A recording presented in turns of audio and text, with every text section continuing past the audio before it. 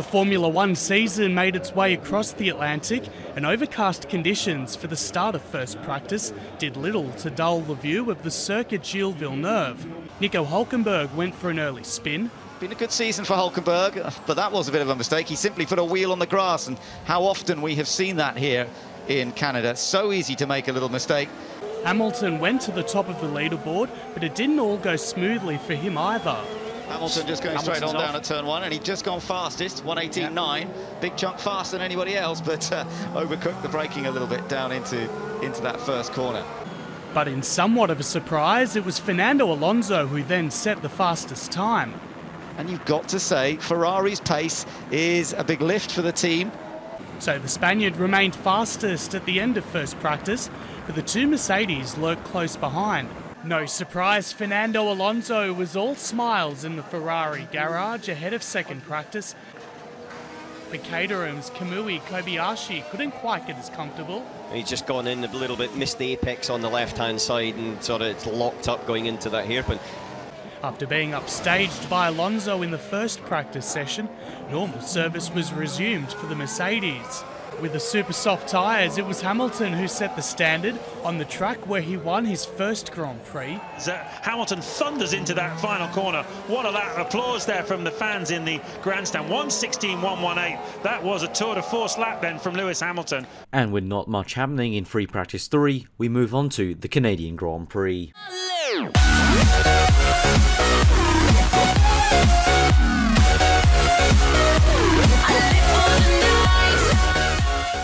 Hey there guys, Aarava here and welcome to my F1 2013 Ultra Modded Career Mode. Today we're here at the Canadian Grand Prix. As you can see, very heavy rain on us for the race start. We're on full wet tyres. It's going to be a difficult one. And before we start off on the episode, just want to clear things up from the Monaco episode. If this is going to be a bit of a spoiler, so if you haven't seen Monaco, do go check that out and then come back and watch this. So for the Monaco one, obviously I lost the data, and I asked you guys if you guys wanted to me to make a new table or just continue without the points.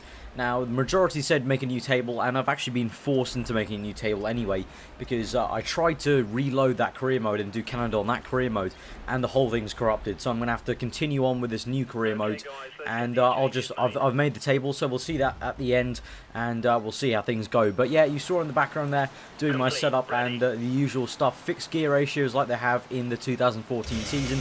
We nominated 4 clicks to the right, so we've chosen that yet again. And we've gone for a pretty dry setup here at Canada because it's an 8% chance of rain. So we're pretty unlucky to get heavy rain at the start of this race. But there we go. Hopefully it gets to dry conditions where we can really push on. But I have a feeling we'll be making some good positions up in this heavy rain conditions. So we're going up to 5 red lights now for the Canadian Grand Prix. Starting from 22nd, and we are off as usual.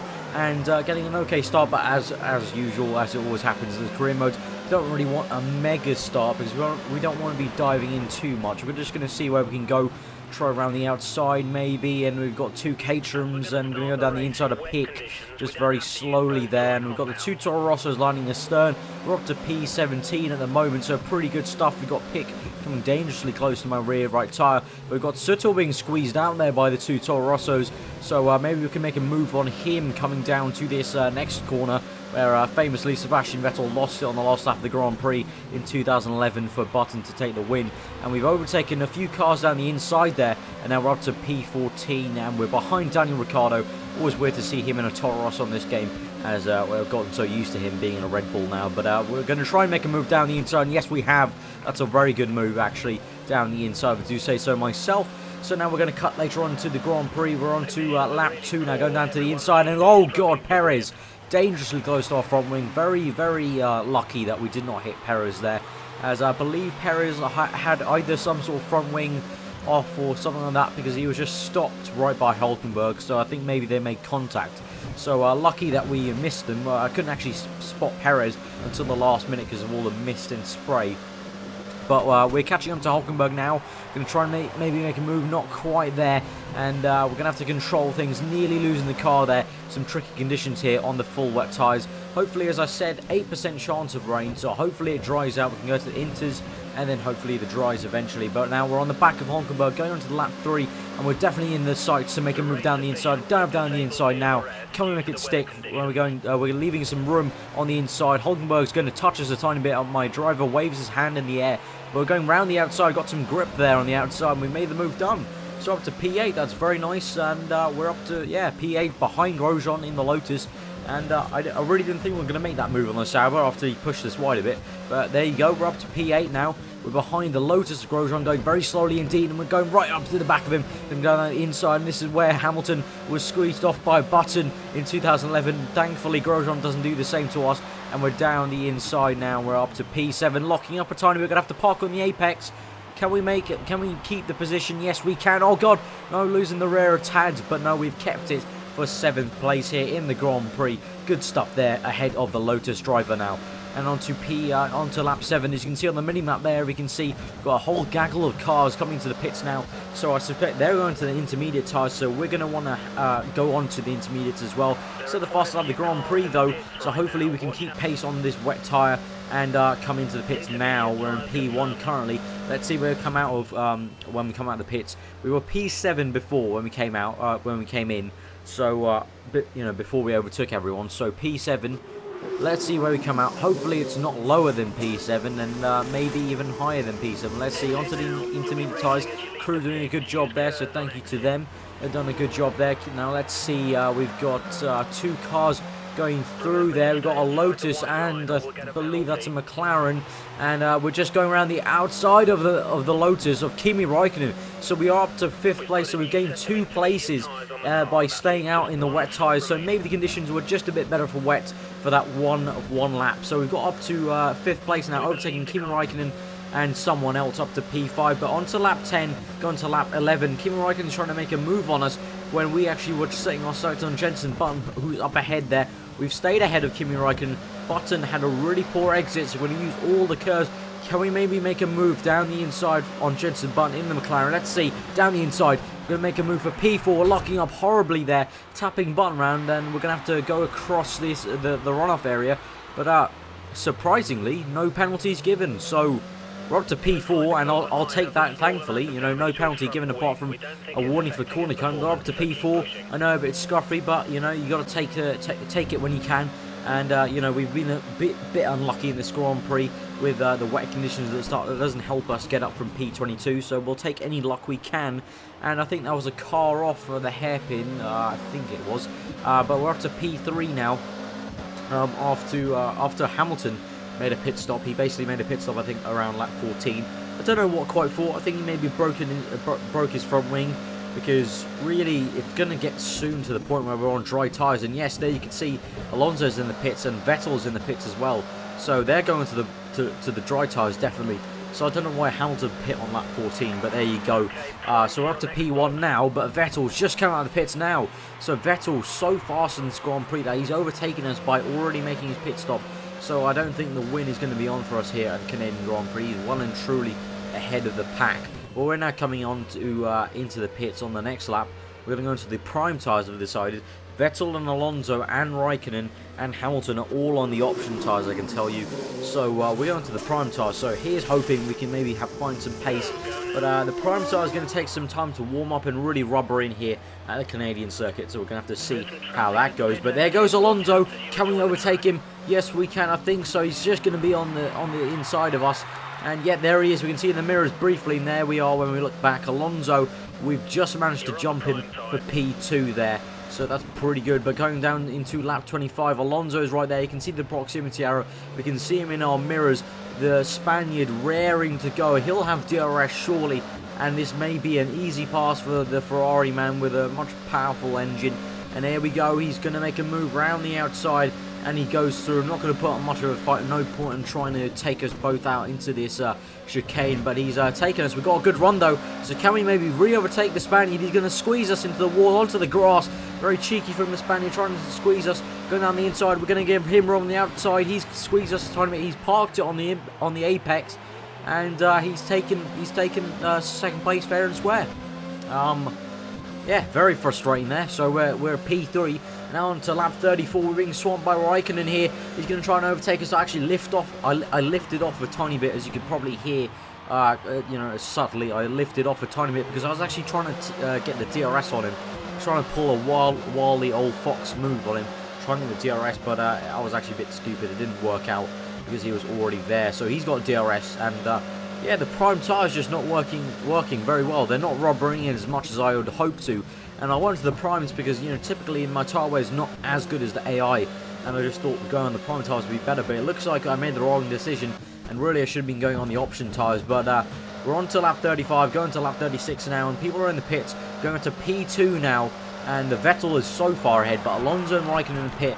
We're on the prime tyres. We're hoping we can go to about lap 54 on these prime tyres and then go on the option tyre at the very end of the Grand Prix. So we're into P2. Here's hoping we can stretch these tyres up to there. But yeah, Alonso and Raikkonen both on the prime tyres, so they're going to the end. So we have to make these prime tyres work for us. At the moment, oh god, we've cut to lap 39.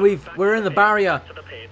It's all over. I think we're in the barrier. We've lost a bit of our front wing, but we've got a puncture on the right tyre, and that is horrible stuff to cut to straight away. We didn't even see it coming there, and yeah, we're gonna have to come in for our pit stop onto the option tyres, but we're gonna have to make another pit stop obviously because the option tyres aren't going to go to the end. They're not going to go 20 laps. I mean, we could maybe push them to 20 laps, but for safety's sake, I don't think that's going to happen. So we may have to settle for going on another pit stop. We may have to settle for 5th place. I don't know what our pace will be like, but now we're going to really put the hammer down, get onto rich mix, and we're going to try and push as hard as we can to gain places.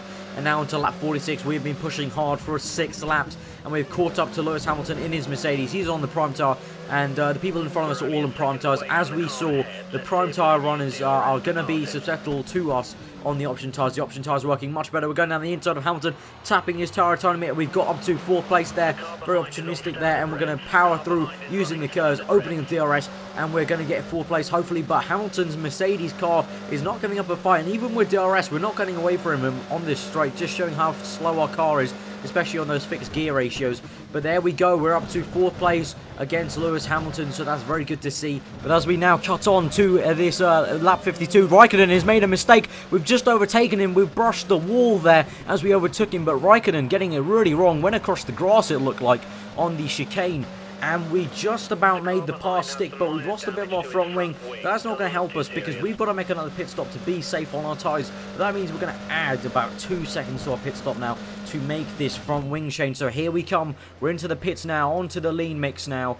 And we're going to have to make the pit stop for the option tyres, but also with a front wing change. So this is not looking good at the moment. We're going to have to re-overtake Raikkonen.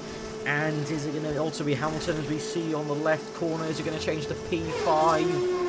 I think yes, there we go. Hamilton has overtaken us as well, so we're going to have to overtake both these cars, but we are on another set of fresh option tyres to go 15 laps, so we're going to be pushing as hard as we can to try and get at least 3rd place to get on that podium. So here we are, we're on lap 56 now. We're going to go against Hamilton now. Can we make another move down the inside of the hairpin? I don't think so. I think it's going to have to be a DRS move, but we set the fastest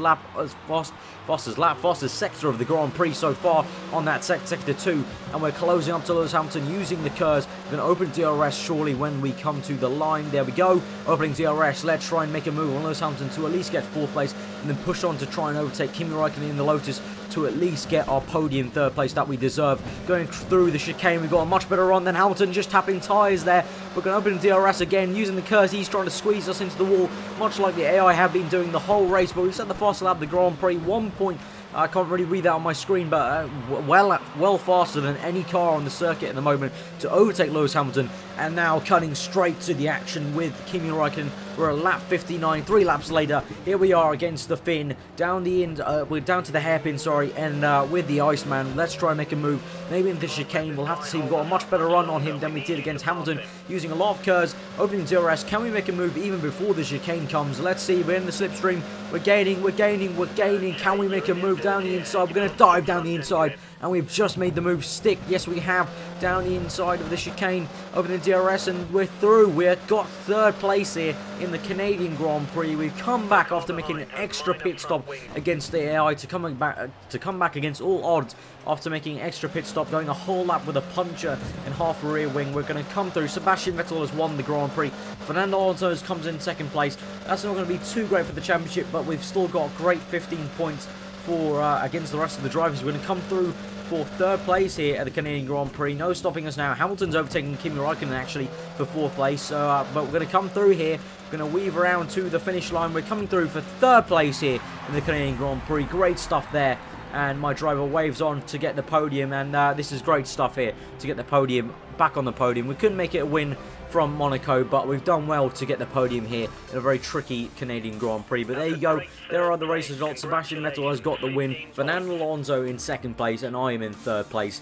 And now we're going to move on to the custom table that I've made. I've tallied up the Monaco results that we had last week, and this one for the Canadian one. So these are the results after Canada, and this is the table we're going to be looking at for the rest of the season. So Fernando Alonso has got 117 points, Sebastian Vettel 112, myself in 96. So we're very close to Fernando Alonso and Vettel, and we're right in it for the championship hunt after getting 2 wins in a row from the Spanish and Monaco Grand Prix, and this 3rd place has helped. So this is pretty good stuff in the Drivers' Championship. In the Constructors, Red Bull lead the way and Ferrari in 2nd place. Williams not doing too badly to be in 4th place, but there you go. That has been the Canadian Grand Prix, guys. I hope that you have thoroughly enjoyed the Canadian Grand Prix. Do leave a massive like if you enjoyed it. Comment below on what you thought of the whole race. Subscribe if you are new for weekly F1 content every Monday, Wednesday, and Friday and Saturday. Weekly content, F1 on Mondays and Fridays. Hope you guys enjoyed this episode. Give it a like again if you enjoyed it. Hope you enjoyed the rest of your day. I've been aarava, and I will see you guys next time.